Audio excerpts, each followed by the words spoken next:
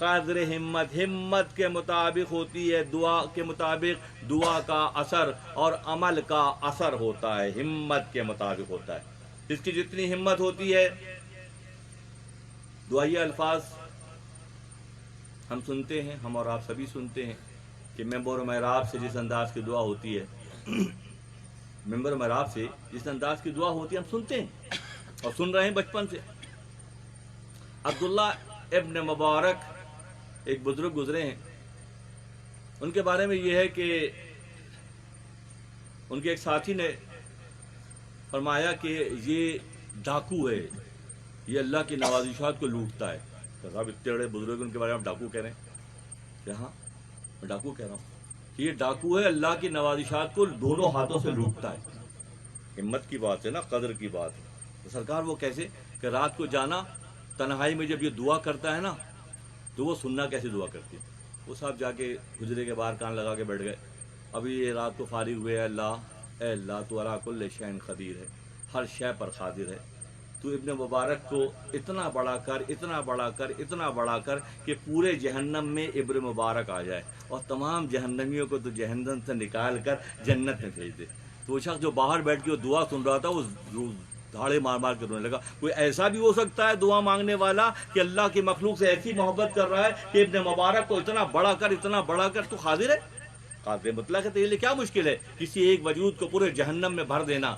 تو بھر سکتا ہے. میں تجھ سے دعا کرتا ہوں کہ تو ابن مبارک پر یہ عذاب ڈال دے اور سارے جہنمیوں. کون کرے گا یہ دعا؟ کسی سطحی ذہن والے کی بس کی بات ہے یہ؟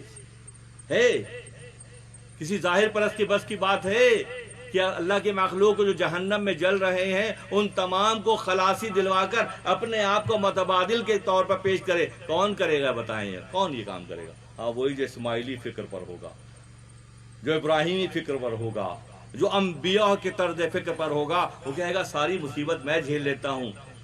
ایک صحابی آئے، حضرت بات پھیل رہی ہے آج. ایک صحابی آئے حضرت ایوب علیہ السلام کے پاس، السلام علیکم یا نبی اللہ. تو جواب نہیں دیا، کافی دیر کے بعد جواب دیا. حضرت یہ کیا بات ہوئی، سلام کب کیا تھا آپ جواب دے رہے ہیں؟ کہ ہاں اس وقت ایک کیڑا جو ہے نا میرے ہونٹ کے نیچے اور زبان کے درمیان میں سے اپنی غذا حاصل کر رہا تھا، میں نے اسے ڈسٹرب نہیں کیا، وہ کھا پی کے فارغ ہو گیا تو پھر میں نے جواب دیا. یہ کن کا طریقہ ہے؟ آئے نا ہم دوبارہ انبیاء سے جڑنے کی بات کرتے ہیں.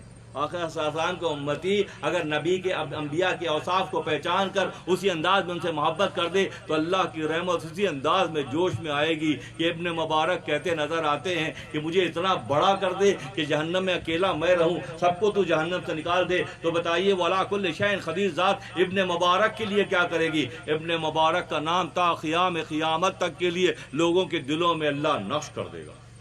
ہم یہاں بیٹھے ہیں، ابن مبارک 100 سال پہلے گزرے اور آج ان کا ذکر ہو رہا ہے تو اس لیے ہو رہا ہے کہ انہوں نے وہ محنت کی، انہوں نے ثابت کیا کہ وہ بہتر سوچ اور بہتر دعاؤں کے ساتھ لباس بشریت میں ہے. قدر ہمت باشدہ جہد و دعا لیس للانسان الا ما سعی. اب یہاں مولانا کا جو طریقہ ہے کہ اپنے فارسی شعر میں قرآن کی ایک آیت کو درمیان میں رکھ دیتے ہیں.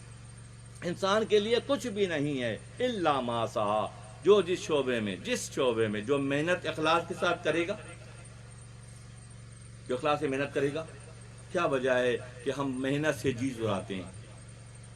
محنت سے یعنی کہ ہر طرح کے لوگ دائیں بائیں ہر وقت مختلف جگہوں پر ہوتے ہیں. جو لوگ آج خود ہمت کر کے آگے بڑھتے ہیں ان کے راستے کھلتے چلے جاتے. والذین جاہدوا فینا لنہدینہم سبلنا. جو راہ خدا میں محنت کرتے ہیں خدا ان کے راستے کھول دیتا ہے.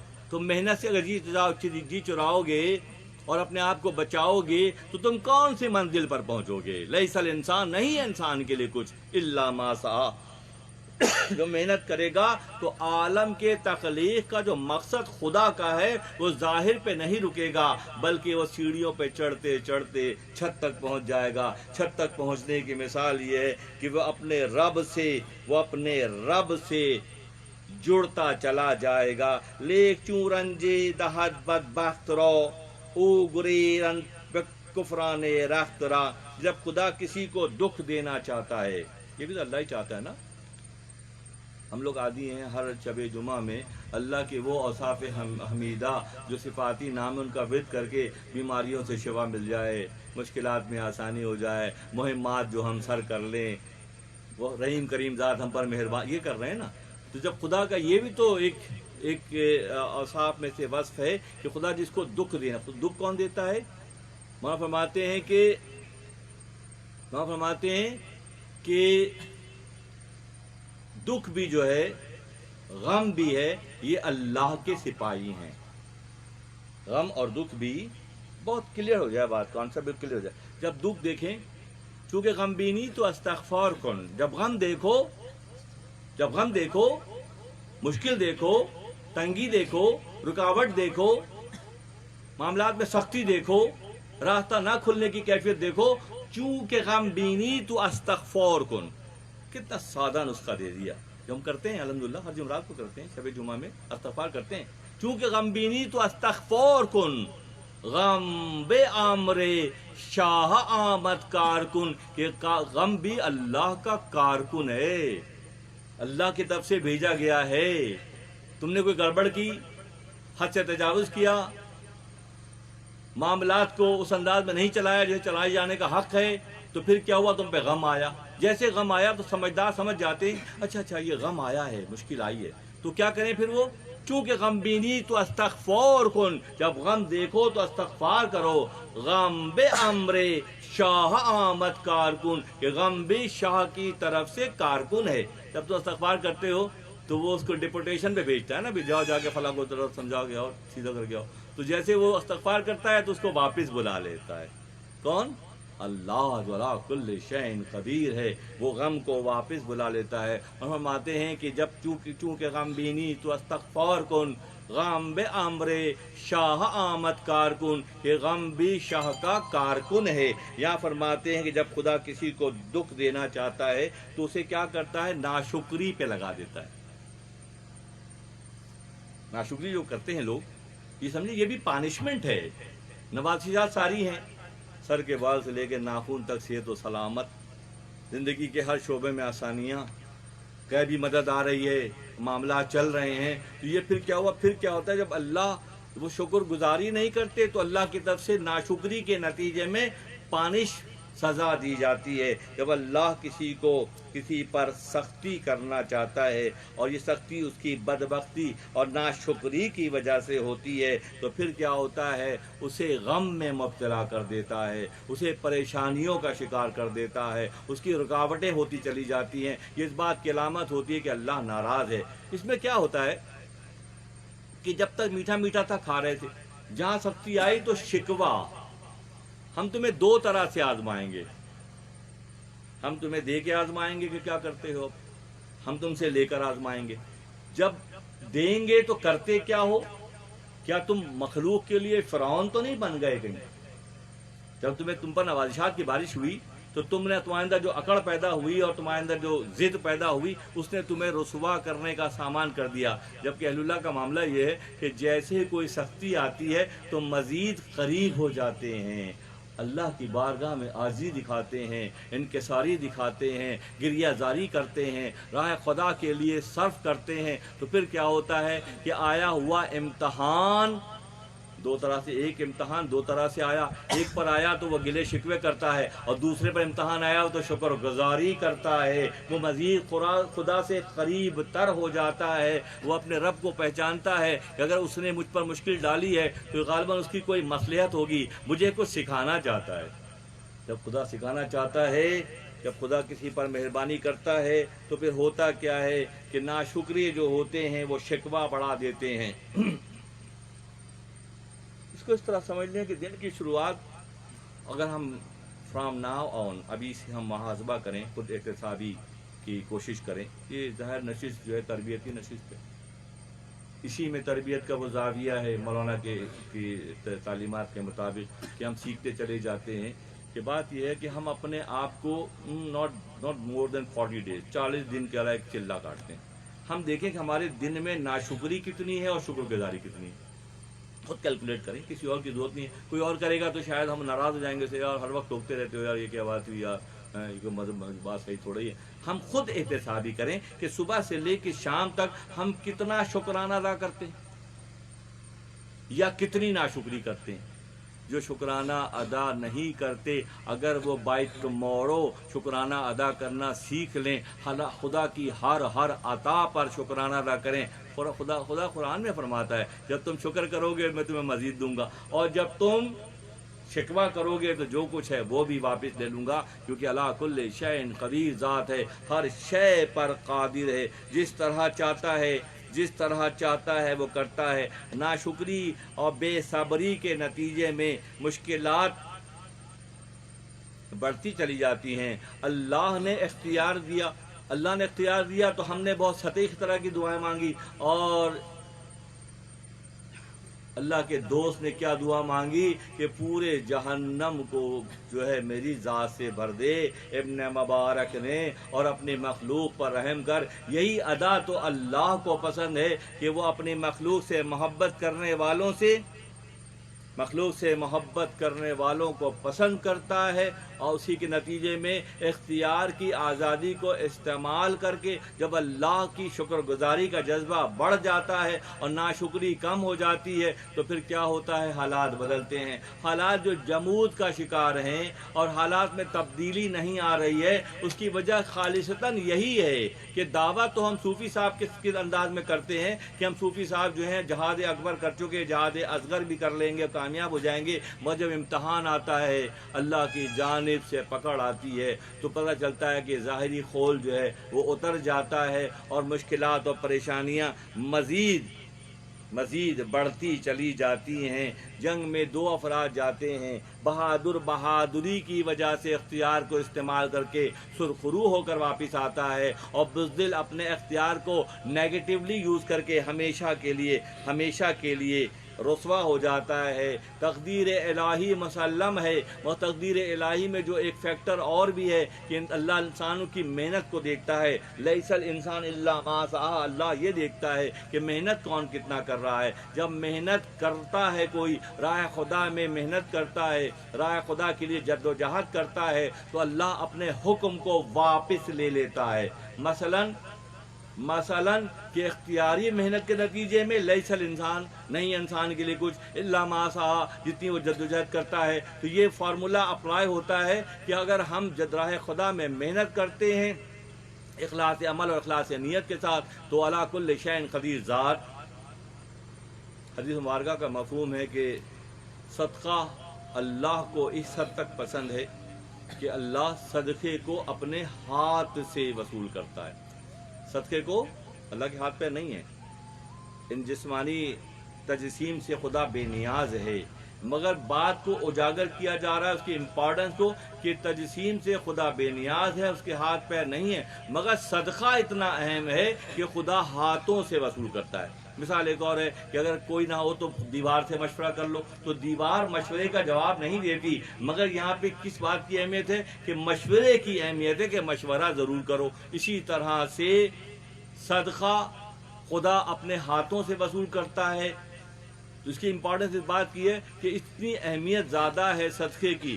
ذاتی حیثیت میں میرا خیال یہ کہ صدقات ہی ایک ایسا طریقہ رہ گیا جس کے نتیجے میں خدا کی ناراضگی سے نکل کر اس کی قربت ہمارے حصے میں آ جاتی. میرے احباب, میرے دوست احباب اور مجھ سے متعلقین جو شخصیات ہیں, میں بے دریغ صدقہ کرواتا ہوں, ہے نا, کہ وہاں سے منظرنامہ بدل جاتا ہے.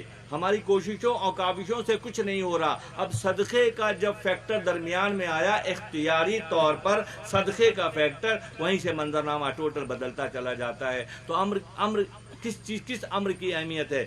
امر کی اہمیت یہ ہے کہ جو نفوس اس وقت یہاں موجود ہیں وہ صدقے کی اہمیت کو پہچان کر اپنے ماضی کی غلطیوں, کوتاہیوں, لغزشوں اور گناہوں سے استغفار کی صورت یہ ہے کہ زبانی استغفار کریں اور ہاتھ سے صدقہ دیں تاکہ راہ خدا میں کی گئی یہ محنت ہمارے باطن کو روشن کرے، ہماری بصیرت میں اضافہ کرے، ہم اگلی منازل کو دیکھنے والے ہو جائیں۔ اگلی منازل کو دیکھنے کا شعور تو خدا نے ہمیں پیدائشی طور پر دیا ہے، مگر وہ سائلنٹ ہے۔ جب ہم ایکٹیو ہو جائیں گے تو وہ چیزیں ہماری بھی ایکٹیو ہو جائیں گی۔ ہم پیش بینی، مستقبل بینی، حیرت کی کوئی بات نہیں ہے۔ اتقا فراست المومن، فرمایا کہ مومن کی فراست سے ڈرو۔ ینظر بنور اللہ، کہ وہ اللہ کے نور سے دیکھتا ہے۔ مومن اللہ کے نور سے دیکھتا ہے، اور جو اللہ کے نور سے دیکھتا ہے تو اللہ کے نور کو، اللہ نے اپنے نور کو کیا فنا ہونے کے لیے بنایا ہے؟ معاذ اللہ۔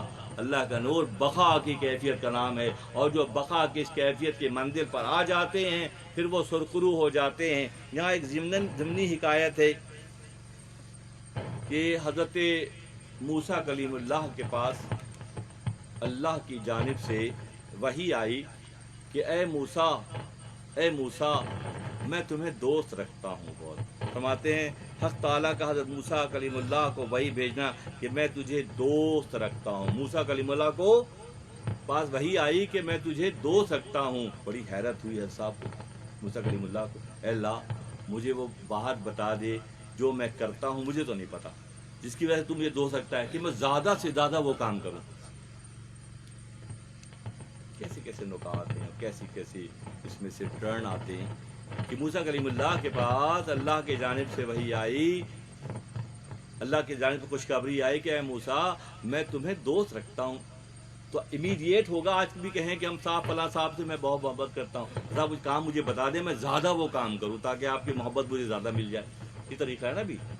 تو موسیٰ کلیم اللہ نے اللہ سے سوال کیا کہ اللہ تو میرے کون سا وہ عمل ہے جو تمہیں پسند ہے اور تو اس کی بنیاد پہ مجھ سے محبت کرتا ہے، مجھے دوست بنانا چاہتا ہے، وہ بتا دے تو میں زیادہ سے زیادہ کروں۔ کہ لگا موسیٰ تمہارا معاملہ یہ ہے کہ تم ہر حال میں میری طرف دیکھتے ہو۔ اللہ، راز کیا ہے یہ؟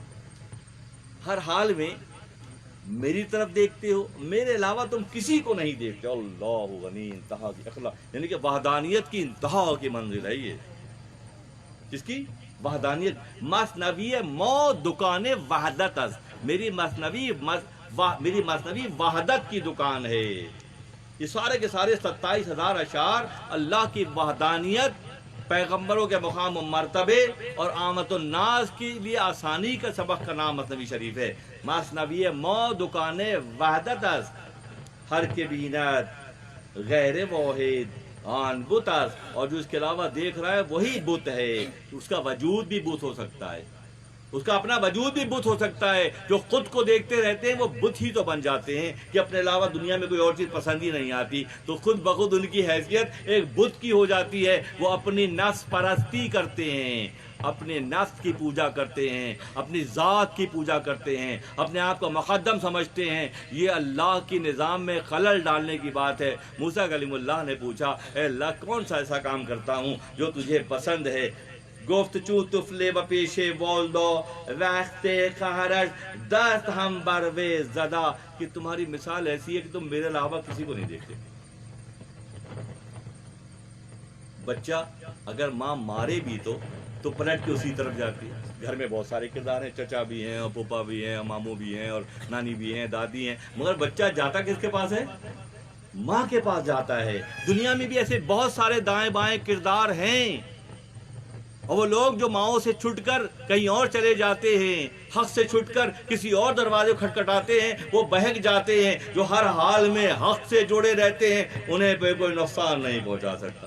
لا خوف علیہم ولا ہم یحزنون کی شرح کیا ہوگی؟ نہ ان کو خوف ہے نہ حزن و ملال ہے، وہ منزلیں طے کرتے جاتے ہیں۔ ماں درش گر سی لیے بروے زنت، ماں اگر تھپڑ بھی مارتی ہے، ماں فرماتے ہیں مثال، یعنی کتنی بڑی بات چل رہی ہے کہ خدا اور موسیٰ علیہ السلام کی تعلق کی بات چل رہی ہے، اور سمجھا ایسے نہیں ہر گھر کا واقعہ ہے یہ۔ ہر گھر میں ہر دیکھنے والا دیکھتا ہے کہ بچے کو اگر ماں مارتی ہے تو وہ اسی کی طرف کھینچا ہوا چلا جاتا ہے۔ یہ اللہ کا نظام ہے۔ فرماتے ہیں کہ گفت چوں طفل و پیش والدہ وقت خرج دست ہم بروے زدہ، از کسے یاری نہ خواہد غیر او، اوس جملہ خیر او و شر او، کہ ہر حال میں، ہر بات پوری کہانی جو ہم نے پیچھے بیان کی اللہ کے نظام کو سمجھنے کی اور باطن کو سمجھنے کی اور اللہ کے دوستوں کے تذکروں کی آخر میں بات کہاں پر آ رہی ہے؟ موسیٰ کلیم اللہ سے مولانا روم رحمۃ اللہ علیہ حوالہ پیش کر رہے ہیں کہ موسیٰ علیہ السلام وہ شخصیت ہیں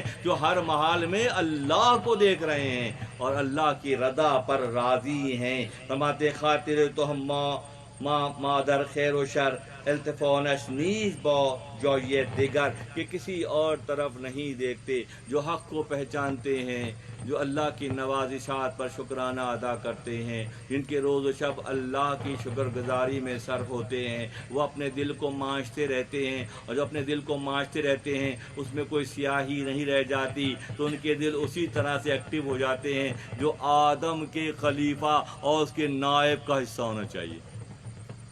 آدم خلیفۃ اللہ کے نائب اولاد کا جو کام ہے وہ یہ ہے کہ مجائی کر کے، جیسے آدم پیچھے سے لے کے آگے تک دیکھنے والے تھے، جیسے آدم علیہ السلام نفخ فی الصور کی بنیاد پر پتلے میں اللہ نے اپنا نور جب پھونکا تو پہلی بار آدم علیہ السلام نے آنکھیں کھولی تو تخت کے پائے پر لا الہ الا اللہ محمد رسول اللہ دیکھا. اسی وقت آدم کی فکر نے یہ سمجھ لیا، ظاہر کو نہیں دیکھا، ظاہر کے پیچھے ایک اور دیکھ کے ایک منظر کو دیکھا اور دور تک دیکھ لیا. سب سے پہلے آدم صلی اللہ علیہ وسلم لباس بشریت میں آئے اور آقا صلی اللہ علیہ وسلم سب سے آخر میں تشریف لائے، بعثت کے اعتبار سے اور تخلیق کے اعتبار سے اول ہے، سب سن چکے ہیں، جانتے ہیں. آدم صلی اللہ علیہ وسلم نے جب وہ نام دیکھا تو اسی وقت ان کے علم کی تباہر علم کی کیفیت یہ ہے کہ سمجھ گئے کہ یہ اللہ کے محبوب ہیں، اللہ کے حبیب ہیں. اپنے نام کے ساتھ اللہ نے نام جوڑا ہے تو کوئی تو وجہ ہے. یہ وہ کیفیت ہے کہ ظاہر کو دیکھنے کے بعد اس کی اگلی منازل بھی آپ کے سمجھ میں آ جائیں، اور یہ جب ہوگا جب مجائی کی جائے گی، جب سیکل کیا جائے گا، جب اللہ سے تعلق کو بڑھایا جائے گا، کسی طرف دیکھے بغیر گھر میں سارے کردار ہیں اور بچہ ماں کے پاس جاتا ہے. اسی طرح ہونا تو یہ چاہیے کہ یہ بچہ بھی اپنے تخلیق پیدا کرنے والے کے قریب جائے، اس سے قریب تر ہو جائے، کسی اور طرف نہ دیکھے. سارے کردار تو موجود ہیں مگر یہ ہما شما کے بس کی بات نہیں ہے. جس نے جتنی زیادہ محنت کی ہوگی وہ اتنا ہی رب سے قریب تر ہوتا چلا جائے گا، اور جب وہ رب سے قریب تر ہو جائے گا تو نقطہ کیا، قریب تر ہونے کی دلیل کیا ہوگی؟ قریب تر ہونے کی دلیل یہ ہوگی کہ سارا کا سارا پچھلا بھی دیکھ لے گا اور سارا کا سارا اگلا بھی دیکھ لے گا. اب جو جانکاری کی منزل پر ہوگا، عرفان کی منزل پر ہوگا، تو کیا وہ غلطی کرے گا؟ جو غلطی تو نہیں کرے گا. یہ اللہ جو اپنے مرید متعلقین کو وصیت نصیحت کرتے ہیں کہ بیٹا یہ کام کرو، یہ نہیں کرو، کیونکہ وہ تو مرید تو نہیں دیکھتا، وہ تو ظاہر سا دیکھتا ہے، وہ آگے تک دیکھتے نہیں. اس کام میں تمہارا فائدہ نہیں ہے، وقت ضائع ہو جائے گا. یہ نظر کیسے پیدا ہوئی؟ یہ نظر اس سیخل کرنے کی وجہ سے پیدا ہوئی، یہ نظر اس مجائی کی وجہ سے پیدا ہوئی جو تعلق باللہ کے لیے کیا جاتا ہے. اور جیسے جیسے یہ نظر پختہ ہوتی جاتی ہے ویسے ویسے دائرہ عمل بڑھتا چلا جاتا ہے. ایک اور مثال دیتا ہوں. شہد کی مکھی کا معاملہ یہ ہے، کیونکہ شہد کی مکھی وہ مخلوق ہے جسے خدا نے جس پر وحی کی ہے. وہی مادر عیسیٰ پر ہوئی ہے، وہی مادر موسیٰ پر ہوئی ہے، وہی جو ہے انبیاء پر ہوئی ہے، وہی مچھلی کو اللہ نے کی حضرت یونس علیہ السلام کو نگلنے کے حوالے سے. تو اسی طرح اللہ نے سورہ نحل میں وہی جو ہے مکھی کو بھی کی ہے. اسی لیے وہ 8 پہلو 8 خانے والا گھر بناتی ہے اور پوری مٹھاس لا کے اس میں بھر دیتی ہے.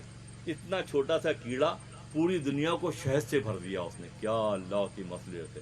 دیکھا جائے تو مکھی کیا ہے اور شہد کیسے پیدا ہوتا ہے؟ ٹنوں کے حساب سے پیدا ہوتا ہے نا.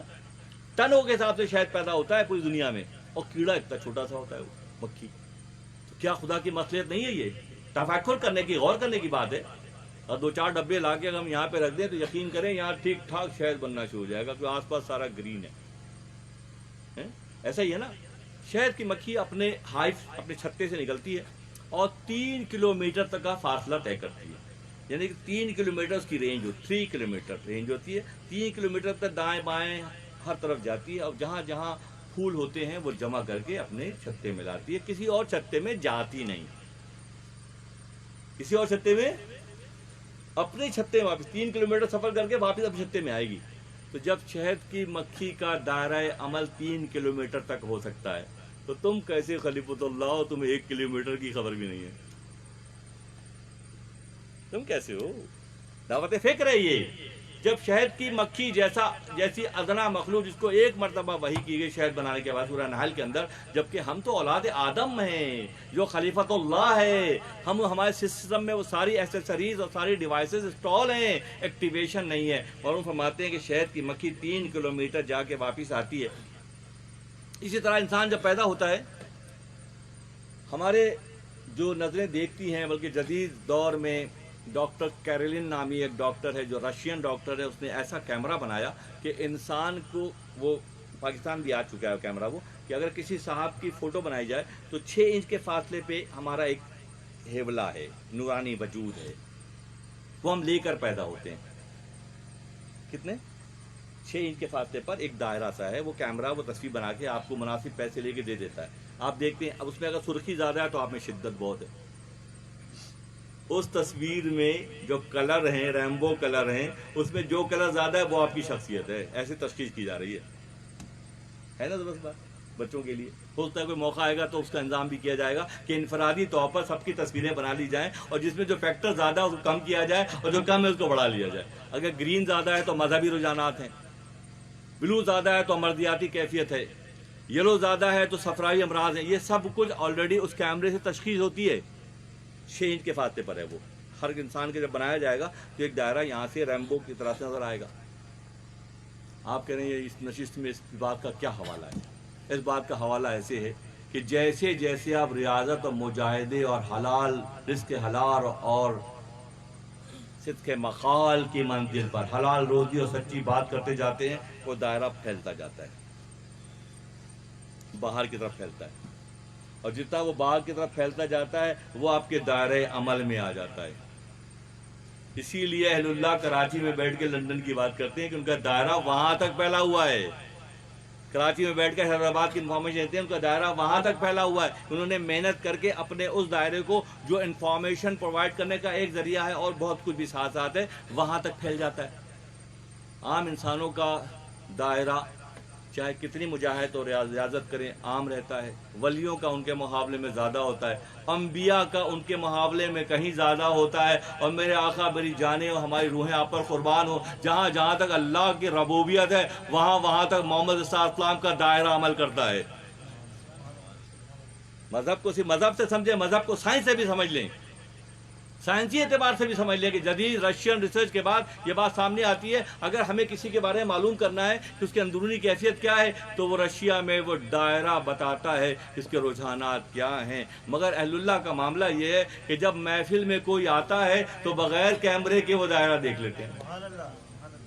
بغیر کیمرے کے، کیمرہ تو یہاں لگا ہوا ہے نا بھائی، ایکٹیو نہیں ہوا تھا، ایکٹیو کروا لیا. جب ایکٹیو کروا لیا تو دیکھنے والے بن گئے. اب وہ ان کی شان رحیمی اور کریمی اور صاف الہیہ کے مصداق ان کے حصے میں آتی ہے کہ وہ جس کو کس انداز میں لے کر چلتے ہیں. یہ اہل اللہ کا معاملہ ہے کہ ان کی ایکٹیویشن ہو جاتی ہے تو معاملات بہتر ہو جاتے ہیں. اور ایکٹیویشن کیسے ہوگی یہ بھی سن لیں کہ موسیٰ کلیم اللہ کے پاس اللہ کی وحی آتی ہے، میں تمہیں دوست رکھتا ہوں. دوست کیوں رکھتے ہیں؟ اس لیے رکھتے ہیں کہ آپ کے علاوہ ہم کسی کو دیکھتے ہی نہیں ہیں، آپ کے علاوہ کہیں نظر نہیں جاتی.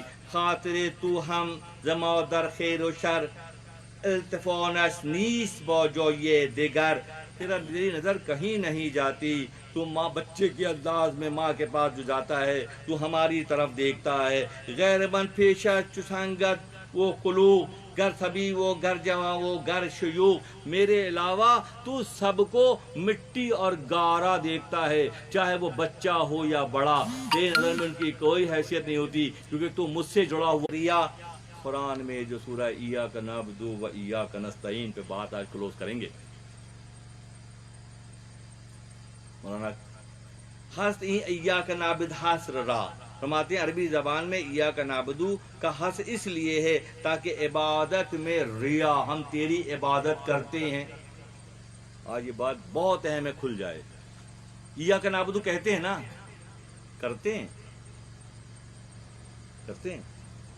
ہر نماز ہے، نماز نماز نماز، اور نماز میں سارا پیٹرن وہ دہراتے ہیں جو اللہ نے بنا کے دیا ہے. مگر کیا اس پر عمل کرتے ہیں؟ یہاں مولانا نے پکڑ لیا ہم لوگوں سب کو. فرماتے ہیں حس ایاک نعبد حسرا در لغت از پے رفع ریا.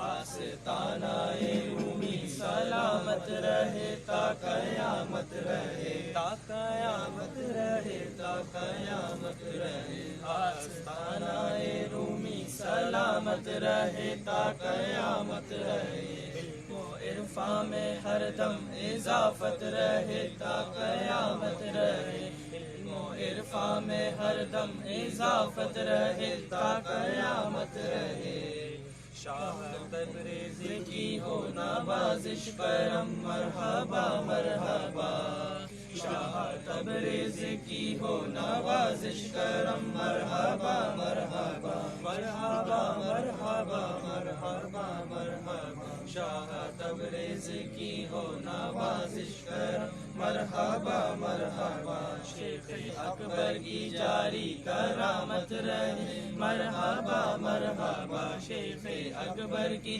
جاری کرامت رہے مرحبا مرحبا، عاصیوں پہ خدا کی عنایت رہے تا قیامت رہے، عاصیوں پہ خدا کی عنایت رہے تا قیامت رہے، تا قیامت رہے، تا قیامت رہے، عاصیوں پہ خدا کی عنایت رہے تا قیامت رہے، رومی کی چوکھٹ سلامت رہے تا قیامت رہے، عرفان میں ہر دم اضافت رہے تا قیامت رہے، مولایا صلی وسلم دائما ابدا علی حبیبک خیر الخلق کلہم، مولایا صلی وسلم دائما ابدا علی حبیبک خیر الخلق کلہم، محمد سید الکونین والثقلین، محمد سید الکونین والثقلین والفریقین من عرب ومن عجم، مولایا صلی وسلم دائما ابدا علی حبیبک خیر الخلق کلہم، هو الحبیب الذی ترجى شفاعته، هو الحبیب الذی ترجى شفاعته لكل حول من الأحوال مقتحم، مولایا صلی وسلم دائما ابدا علی حبیبک خیر الخلق کلہم، استغفر اللہ من قول بلا عمل، استغفر اللہ من قول بلا عمل، لقد نسبت به نسل الذی حکمی، مولایا صلی وسلم دائما ابدا علی حبیبک خیر الخلق کلہم، در پہ آقا کی غلامی کا وسیلہ لے کر، در پہ آقا کی غلامی کا وسیلہ لے کر، ہوں میں حاضر یہ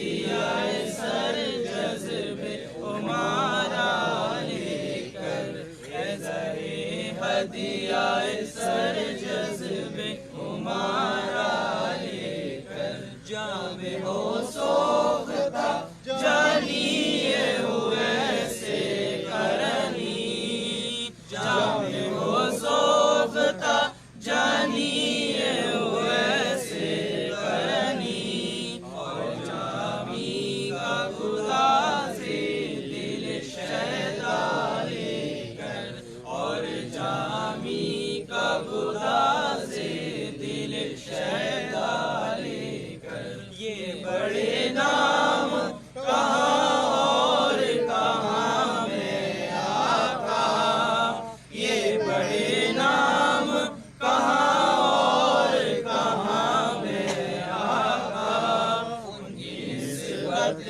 کا مگر ایک سہارا لے کر، ان کی نسبت کا مگر ایک سہارا لے کر، آپ مل جائیں تو مل جائے گا سب کچھ مجھ کو، آپ مل جائیں تو مل جائے گا سب کچھ مجھ کو، کیا کروں گا میں سوا اس کے بغیر نہ لے کر، کیا کروں گا میں سوا اس کے بغیر نہ لے کر، حاضر خدمت سرکار ہوا ہے یہ شفیق، حاضر خدمت سرکار ہوا ہے یہ شفیق، نظر کرنے کو دل و جان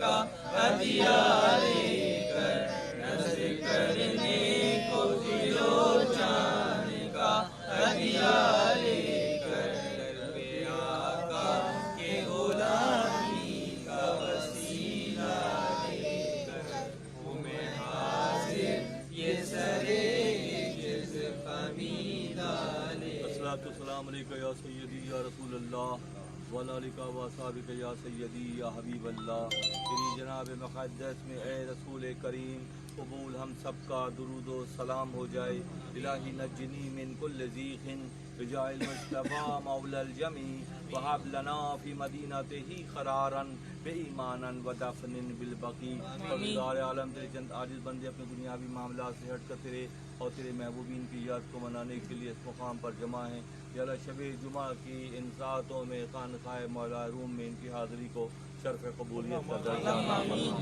پروردگار عالم عصر سے تا وقت ہی یا اللہ جو کچھ یہاں پڑھا گیا، بیان کیا گیا، ذکر و اذکار کی محفل سجائی گئی، استغفار کا ورد کیا گیا، مراقبے کی محفل سجائی گئی، پروردگار عالم مثنوی شریف کا بیان، صلاۃ و سلام سب کچھ تیری اور تیری توفیقی سے محاضر کا انتظام کیا جا رہا ہے، ان تمامی اعمال میں کمی بیشی غلطی کوتاہی کو اپنے خصوصی فضل سے معاف فرماتے ہوئے اس کا ثواب آقا نامدار احمد مجتبیٰ محمد مصطفیٰ صلی اللہ علیہ وسلم کی بارگاہ بے کس پناہ میں ہدیتاً و تحفتاً نذر کرتے ہیں، یا اللہ جو کچھ یہاں پڑھا گیا اور جو گھروں پر پڑھا گیا، فاران اور فاریہ بی بی اور فاران کی طرف سے 7000 مرتبہ درود شریف اور 6000 مرتبہ درود شریف کے ورد کا اہتمام کیا گیا، پروردگار عالم اپنی بارگاہ میں شرف قبولیت کا درجہ عطا فرما۔ پروردگار عالم اس کا ثواب آقا نامدار احمد مجتبیٰ محمد مصطفیٰ صلی اللہ علیہ وسلم کی بارگاہ بے کس پناہ میں ہدیتاً و تحفتاً نذر کرتے ہیں، یا اللہ نبی صلی اللہ علیہ وسلم کے والدین کریمین کے درجات کو بلند فرما، تمامی انبیاء ماسب کی ارواح مقدسہ بالخصوص بالتخصیص خلیل حق ابراہیم صلی اللہ علیہ وسلم کی روح پاک اس کا ثواب نذر کرتے ہیں، یا اللہ یا اللہ تمام اہل بیت اصحاب بالخصوص اماں جان سیدہ معصومہ سلام اللہ علیہا کی روح پاک اس کا ثواب نذر کرتے ہیں، یا اللہ تمام صحابہ کرام و صحابیات بالخصوص راشدین کے درجات کو بلند فرما، تمام امہات المومنین بالخصوص سید کبریٰ رضی اللہ تعالی عنہا کی روح پاک اس کا ثواب نذر کرتے ہیں، یا اللہ حسین کریمین کے درجات کو بلند فرما، شہداء کربلا کے درجات کو بلند فرما، تمامی تابعین تبع تابعین اولیاء اللہ بزرگان دین کل مومن مومنات مسلمین مسلمات، 4 خاندان